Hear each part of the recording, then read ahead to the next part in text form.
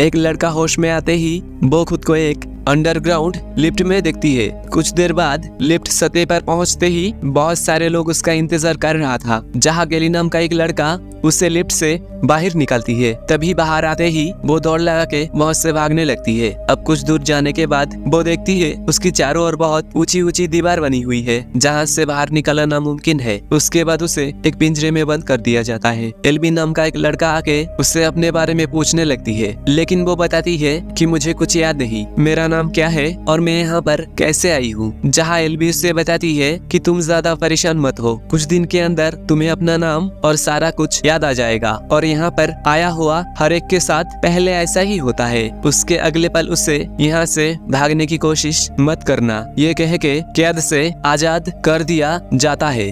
असल में ये सारे लोग जिंदा रहने के लिए यहीं पर खेतीबाड़ी करती है और यहीं पर झोपड़ी बना के उसमें ही रहने लगती है और बाकी जरूरतमंद सामान फिर एक आदमी के साथ लिफ्ट के जरिए उन लोगों तक पहुंचाया जाता है। लेकिन इन लोगों को यहाँ पर कौन भेजता है और क्यों भेजता है, ये बात किसी को नहीं मालूम। गेल भी ये भी बताती है कि इस जगह को जिंदा रहने लायक बनाने के लिए हम लोगों ने बहुत मेहनत किया है और यहाँ की 3 नियम उसे बताती है। पहला, अपना काम करो, समय बर्बाद मत करो। दूसरा, कभी किसी को चोट मत पहुँचाओ। तीसरा, कभी भी उस दीवार के पार मत जाना। उसके बाद हम चक नाम का एक लड़के को देखते हैं जो कि बहुत छोटा था। नया लड़का हमेशा दीवार के उस पार जाने के बारे में सोचती है। इसी बीच वो मीनू और बेन को दीवार के अंदर से बाहर आती हुई देखती है, जहां चक उसे बताती है कि वहाँ कुछ खास लोग ही जा सकता है जो कि दीवार की अंदर के बारे में जानकारी रखती है, जिसे हम रनर्स कहते हैं। रात को सब मिलकर एक पार्टी रखा था, जहाँ पर न्यूट नाम का एक लड़का उसे बताती है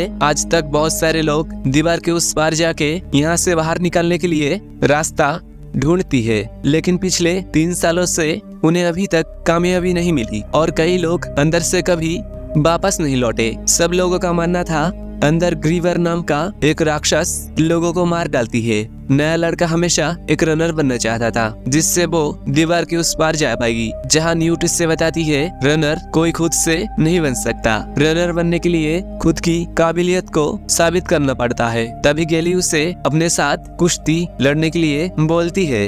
अब लड़ाई के दौरान नया लड़का मुंह के बल नीचे गिर जाती है, जिससे उसके सिर पर चोट आ जाती है। तभी उसे अपना नाम याद आ जाती है, थॉमस। उस रात वो एक अजीब सपना देखती है, जिसमें कभी वो दौड़ रहा था और कभी वो एक लैब में होती है। एक दिन एल्बी थॉमस को उस दीवार के पास ले आती है, जहाँ दीवार पर बहुत सारे लोगों का नाम लिखा हुआ था। एल्बी उससे बताती है जिन नामों को काटा गया है वो लोग दीवार के अंदर जाके कभी वापस नहीं लौटा, जहाँ पर थॉमस अपना नाम भी लिख देती है। उसके बाद वो फर्टिलाइजर लेने के लिए जंगल में जाती है, जहाँ एक पेड़ के साथ लटका हुआ इंसान की कंकाल पर उसकी नजर पड़ती है, जो कि आसपास फैला हुआ था। तभी पीछे मुड़ते ही उसकी नजर बेन पर पड़ती है, जो कि अजीब बर्ताव कर रहा था, मानो जैसे कोई बुरी छाया उस पर हावी हो गया हो। अब थॉमस कुछ समझ पाता इससे पहले बेन उस पर हमला कर देती है, लेकिन वो खुद को किसी तरह छुड़ा के लोगों की बीच तक पहुंच जाती है, जहां न्यूट थॉमस को बचाने के लिए एक लकड़ी से बेन पर वार कर देती है। उसके बाद बेन को पकड़ के सब लोग उसकी बॉडी की जांच करती है, जिससे उन्हें पता चलता है राक्षस ग्रीवर ने बेन को डंक मारा है, जो जानने के बाद वो लोग उससे कोठरी में बंद कर देती है। एल्बी बाद में थॉमस को बताती है कि इसे रीचेंजिंग कहते हैं, जो कि ग्रीवर की जहर फैलने से इंसान की चाल चलन में बदलाव आने लगती है। इसीलिए सब अपने लोगों की सुरक्षा के लिए ना चाहते हुए भी दरवाजा बंद होने से पहले ही बेन को मेज के अंदर ही रहने के लिए छोड़ देती है। सुबह होते ही थॉमस देखती है एल्बी रनर्स ना होते हुए भी मेज के अंदर चली जाती है और वो यही सवाल न्यूट से पूछती है। न्यूट इससे बताती है कि एल्बी उस जगह को ढूंढने गया है जहाँ पे बेन पर हमला हुआ था। एल्बी के पास इस जगह के बारे में सबसे ज्यादा जानकारी है, क्योंकि एल्बी ही इस जगह पर सबसे पहले आया हुआ बंदा है और उसे एहसास है कि यहाँ सबसे ज्यादा जरूरी है एक दूसरे का साथ देना। अब सभी मिलकर मीनो और एल्वी का इंतजार करने लगती है। दीवार बंद ही हो रहा था, उसी दौरान मीनो और एल्वी सामने आ पहुंचती है, लेकिन एल्वी जख्मी होने के कारण मीनो से लेकर ठीक से चल नहीं पा रहा था। इस और दीवार भी बंद हो रहा था। तभी थॉमस बिना सोचे समझे ही उन्हें अकेले देखकर अंदर चली जाती है। अंदर जाने के बाद थॉमस देखती है कि ग्रीवर ने एल्वी को डंक मारा है, जिससे उसकी तबीयत बिगड़ रहा था। इसी दौरान उसे अचानक राक्षस ग्रीवर की गुर्राहट सुनाई देती है, जो सुनने के बाद मीनो एल्वी को छोड़ के छुपने के बारे में सोच रहा था, लेकिन थॉमस उसे समझाती है कि हम एल्वी को ऐसे मरने के लिए छोड़ नहीं सकते। उसके बाद दोनों मिलकर दीवार पे फैला हुआ पौधे के साथ एल्वी को लटकाने लगती है। इसी बीच एक ग्रीवर को उनके तरफ आता हुआ देख लेती है, जिससे मीनो डर के बहुत से चली गई। लेकिन थॉमस हार मानने वालों से नहीं था। वो जल्दी से एल्वी को टांग देती है और खुद पौधों के बीच जाके छुप जाती है। पर ग्रीवर न तो एल्वी को देख पाती है न तो थॉमस को। लेकिन थॉमस को एहसास हुआ कि ग्रीवर कोई असली राक्षस नहीं, बल्कि वो बनाया हुआ एक रोबोट्स है। थॉमस चुपके से खड़ा हुआ था। तभी उसकी पीठ पे ऊपर से कुछ तरल पदार्थ गिर रहा था। मुड़ के देखा तो एक ग्रीवर उसकी करीब आ रहा था, जिससे वो पीछा छुड़ाने के लिए इधर उधर भागने लगती है। एक समय ऐसा आता है, चारों ओर जाने के लिए रास्ता न मिलने पर पौधों के सहारे चढ़ के दीवार की एकदम टॉप पे पहुंच जाती है। लेकिन बदकिस्मती से ग्रीवर भी उस तक पहुंच जाती है, पर थॉमस किसी तरह वापस नीचे आ जाती है। लेकिन ग्रीवर की बड़े नाखून होने की वजह से वो पौधों के बीच में फंस जाती है। तभी मीनो उसके पास पहुंच जाती है। इसी बीच थॉमस की नजर चारों ओर बंद होने वाली दीवार पर पड़ती है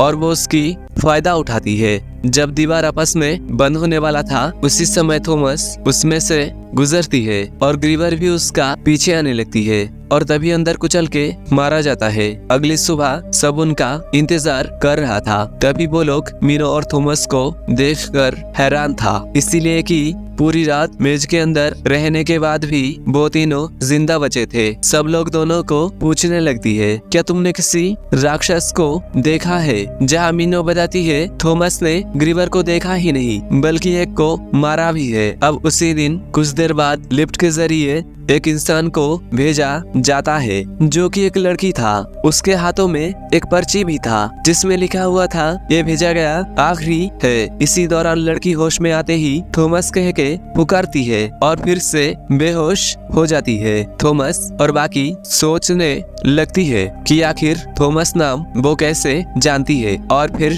कभी भी लिफ्ट के जरिए जरूरतमंद सामान नहीं भेजा गया तो हम यहाँ कब तक जिंदा बच पाएंगे। इसीलिए थॉमस बाहर जाने की रास्ता ढूंढने के लिए वापस मेज के अंदर जाना चाहती है, जिसमें मीनो उसकी मदद करती है और बाकी 3 लोगों के साथ अंदर चली जाती है, जहां उन्हें मरा हुआ ग्रीवर की बॉडी पार्ट्स के अंदर एक डिवाइस मिलता है, जिसमें कुछ नंबर्स लिखा हुआ था, जो नंबर्स की लिफ्ट में भेजने वाली बॉक्स में होती है। इसी बीच थॉमस बताने लगती है कि जिसकी वजह से हम यहाँ हैं, उन्होंने ही ग्रीवर को बनाया है। अब थॉमस कुछ सोच पाता उससे पहले गेली थॉमस रनर न होते हुए भी अंदर जाके रूल तोड़ने की बात करती है, जहाँ न्यूट उसे एक रात बिना खाना के काल कोठरी में कैद और हमेशा के लिए उसे एक रनर बना दिया जाता है। उसके बाद मीनो उसे एक झोपड़ी में ले जाती है, जहाँ हर जगह मेज का नक्शा बनाया हुआ था। मीनो थॉमस को बताती है कि मेज में टोटल 8 सेक्शन है और हर दिन मेज एक नया सेक्शन खोलती है। इसी बीच थॉमस की नजर डिवाइस पे लिखा उसी नंबर 7 पर पड़ती है, जिससे वो दोनों अंदाजा लगाती है कि ग्रीवर शायद उसी रास्ते से आती होंगी। दूसरी ओर लड़की भी जाग जाती है और ऊपर चढ़ के सब पर पत्थर फेंकने लगती है, लेकिन थॉमस नाम लेते ही वो चुप हो जाती है। थॉमस उसके पास जाते ही लड़की बताती है अपना नाम ट्रेसा। थॉमस उससे पूछती है, तुम्हें मेरा नाम कैसे मालूम? ट्रेसा बताती है, मैं नींद में तुम्हारा नाम ले रही थी। असल में मैं तुम्हें नहीं जानती और मुझे मेरा नाम के अलावा कुछ भी याद नहीं। थोड़ी देर बात करने के दौरान उन्हें पता चलता है कि थॉमस देखने वाली सपना ट्रेसा की बातों से मेल खाती है, जो कि सपना नहीं था। उसके बाद ट्रेसा अपने पॉकेट से 2 इंजेक्शन निकाल के थॉमस को देती है, जिसमें लिखा था विकेड। उसी दौरान थॉमस को याद आता है उसने सपनों में देखा था द विकेड इज गुड। इसीलिए थॉमस और ट्रेसा उस इंजेक्शन को एल्बी पर ट्राई करती है, जो कि आखिरकार काम कर गई। अंधेरा होते ही गेली एक रात के लिए थॉमस को बंद कर देती है। उस रात चुपके से चक्स थॉमस के लिए खाना ला देती है। अब बातों ही बातों में चक्स अपना हाथों से बनाया हुआ एक प्यारी सी पुतला थॉमस को देती है और उससे बताती है कि मेरा माता पिता का चेहरा मुझे याद नहीं, लेकिन वो लोग मुझे जरूर ढूंढते होंगे। अगर तुम कभी भी यहाँ से निकल पाए तो मेरे निशानी की तौर पे उन्हें दे देना। सुबह होते ही मीनो और थॉमस सेक्शन 7 के लिए निकल पड़ती है। अब कुछ दूर जाने के बाद आखिरकार वो लोग अपने लोकेशन पर पहुंच जाती है, जहां पहुंचने के बाद मीनो हैरान था क्योंकि सेक्शन 7 एक हफ्ते बाद ही खोलने वाला था, जो कि एक हफ्ते पहले ही खुल चुका है। अब थोड़ी दूर आगे बढ़ते ही अचानक डिवाइस एक्टिव हो जाती है और उसमें से आवाज आने लगती है, जहां थॉमस को लगता है कि ये शायद उन्हें रास्ता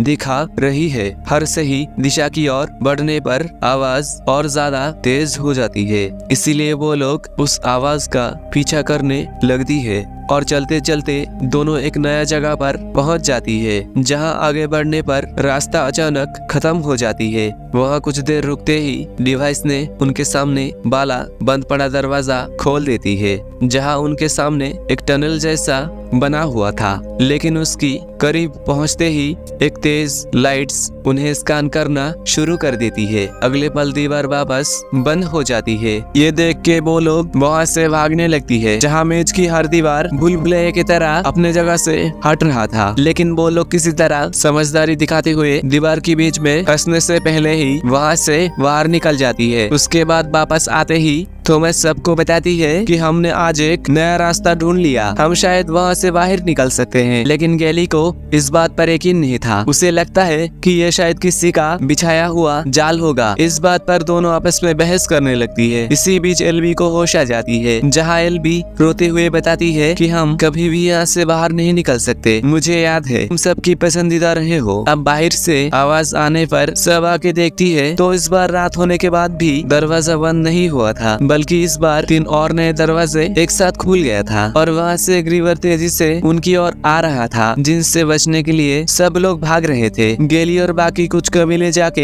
एक झोपड़ी के अंदर छुप जाती है। तभी एक ग्रीवर थॉमस और उनका साथी के रास्ते में आ जाती है, पर ट्रेसा बहुत होशियारी से एक लैंप ग्रीवर की ओर फेंक देती है, जिससे जल के वो कमजोर पड़ जाती है। इसी बीच सब लोग भाग के एक दूसरी झोपड़ी में जाके छुप जाती है, लेकिन खतरा अभी भी खत्म नहीं हुआ था। अगले पल ग्रीवर एक लड़का को बाहर खींच लेती है। उसके बाद चक को भी ले जाने की कोशिश करती है, लेकिन थॉमस, एल्बी और बाकी सब मिलकर चक को बचा लेती है। लेकिन तभी ग्रीवर एल्बी को ले जाती है। अब कुछ देर बाद माहौल शांत होने पर थॉमस बाहर आके देखती है तो उनके बहुत सारे लोग मारा जा चुका था। अब कुछ गिने चुने लोग ही बचे थे, इसीलिए गेली गुस्सा होके थॉमस को मारने लगती है, क्योंकि वो इसके जिम्मेदार थॉमस को मानती है। थॉमस इस जगह पर आने से पहले घटने वाली हर एक बात को जानने के लिए ग्रीवर की जहरीली बॉडी पार्ट को वो अपने पेट में घुसा देती है, जहां बेहोशी की हालत में उसे हर बार की तरह एक सपना आती है, जिसमें उसके साथ ट्रेसा भी था और कुछ लड़कों पर अजीब तरह की एक्सपेरिमेंट किया जा रहा था। सुबह होश आते ही न्यूट उससे बताती है कि गेली सारा कुछ अपने कंट्रोल में ले लिया है और वो यहाँ की इंचार्ज है, और वो बाकी सबको भी भरोसा दिलाया कि सब कुछ थॉमस की वजह से हुआ। थॉमस सबको बताती है असल में ये जगह कोई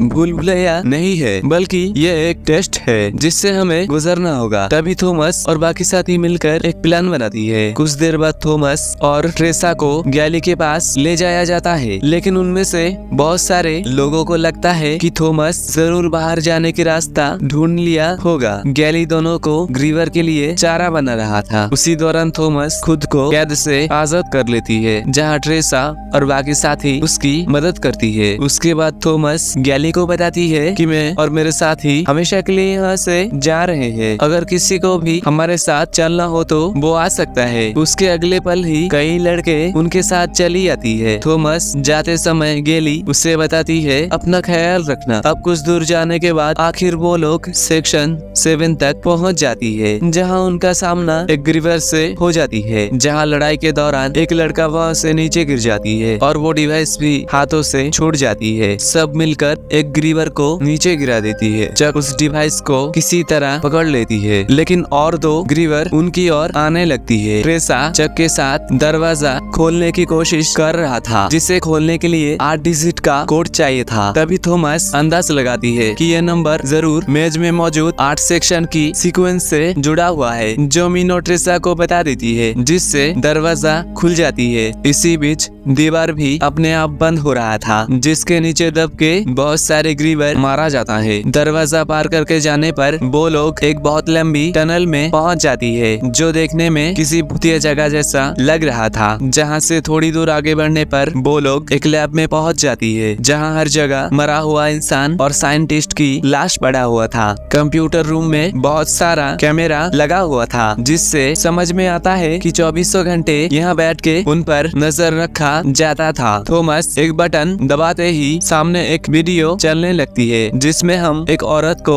देखते हैं जो कि हर बार थॉमस की सपनों में आती थी, जिसका नाम डॉक्टर एवा था, जो कि विकेड की ऑपरेशनल डायरेक्टर था। वीडियो में एवा बताती है कई साल पहले सूरज की तपिश ने लगभग पूरी दुनिया को जला दिया था, जिसमें लाखों लोग मारा गया था। इसी दौरान एक खतरनाक वायरस पूरी दुनिया में फैल रहा था। आने वाले पीढ़ी इसकी चपेट में न आए और उनमें लड़ने की क्षमता हो, इसीलिए उन्हें एक टेस्ट से गुजरना होगा जो इंसान को मेंटली और फिजिकली स्ट्रॉन्ग बनाएगी। ये बताने के बाद वीडियो में दिखा वो खुद को गोली मार देती है। इसी बीच गेली भी वहाँ पहुँच चुका था, जो कि पता चलता है इन्फेक्टेड हो चुका है। जहाँ गेली थॉमस पर गोली चला देती है, तभी मीनो भी भाले से उसे मार डालती है, लेकिन गोली आके चक को लग जाती है। मरने से पहले चक अपने डॉल थॉमस को दे देती है, जो कि उसका माता पिता तक पहुंचाने की बात करती है। उसके अगले पल ही दरवाजा खोलते ही कुछ सिपाही आके वहाँ से बाहर निकाल के उन्हें हेलीकॉप्टर में बिठा देती है, जहाँ पर उन्हें पता चलता है असली सच कि डॉक्टर एवा जिंदा है और ये इनका टेस्ट का